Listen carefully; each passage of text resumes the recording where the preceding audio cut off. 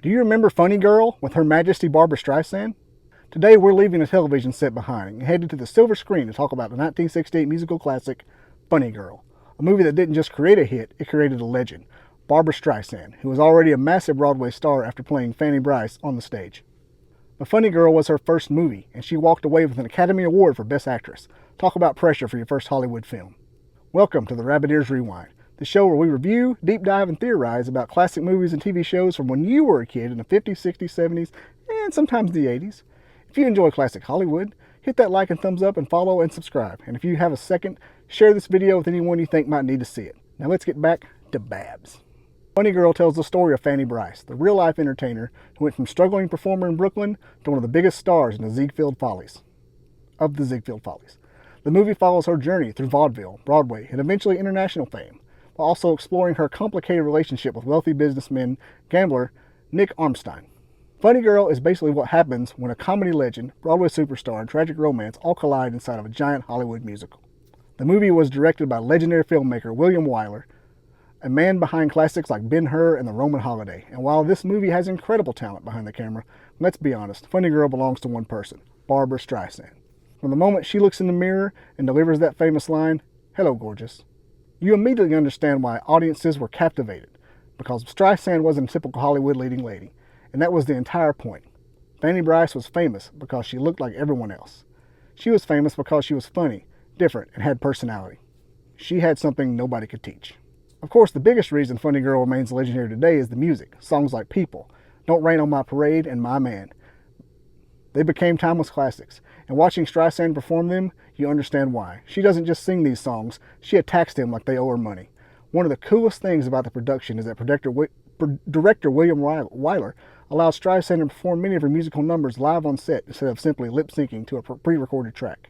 For a major Hollywood musical in the 60s, that was extremely unusual, and when you watch those performances, you aren't just watching a movie star, you're watching lightning in a bottle. But Funny Girl isn't just about fame. At the center of the story is Fanny's relationship with Nick, played by Omar Sharif. Sharif was already an international superstar thanks to films like Lawrence of Arabia and Dr. Zhivago. And his chemistry with Barbara is one of the strongest parts of the movie. Nick is a charming, sophisticated, romantic kind of man who walks into a room and instantly grabs everyone's attention. But underneath that charm is a man struggling with pride, gambling, and insecurity. And eventually, Fanny has to face a painful reality. Sometimes the life you dream about and the love you want don't always fit together. Interestingly, the casting of Streisand and Sharif created controversy outside of theater as well. Filming took place shortly after a 6-day war between Egypt and Israel. Because Streisand was Jewish, outspoken in her support of Israel, while Sharif was Egyptian, he was also a movie star from Egypt, their on-screen romance became an international story. Despite the political tension surrounding the two, they remained friends, and their performances created one of Hollywood's most memorable, complicated romances.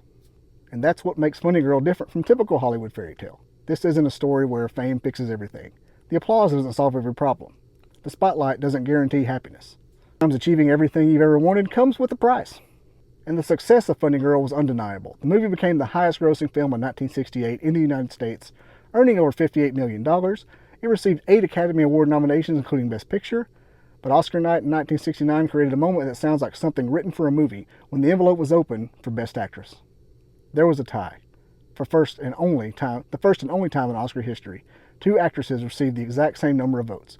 Barbra Streisand for Funny Girl, Katharine Hepburn for Lion in the Winter. Because Hepburn wasn't at the ceremony, 26-year-old Streisand stepped onto the stage and accepted the award alone.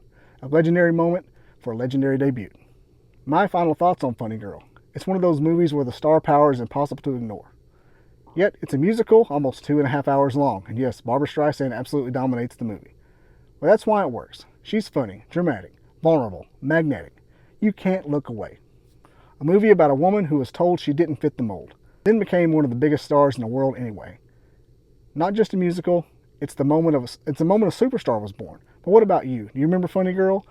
What was your favorite song? People or Don't Rain on My Parade? How about My Man? And what classic movie should I cover next? Hit that thumbs up and like, follow and subscribe, and share like it's the chain letter Barney got from Floyd. Seriously, share folks, please share. I need this. I need all the share I can get. And I'll see you next time on a Rabbit Ears Rewind. Peace out.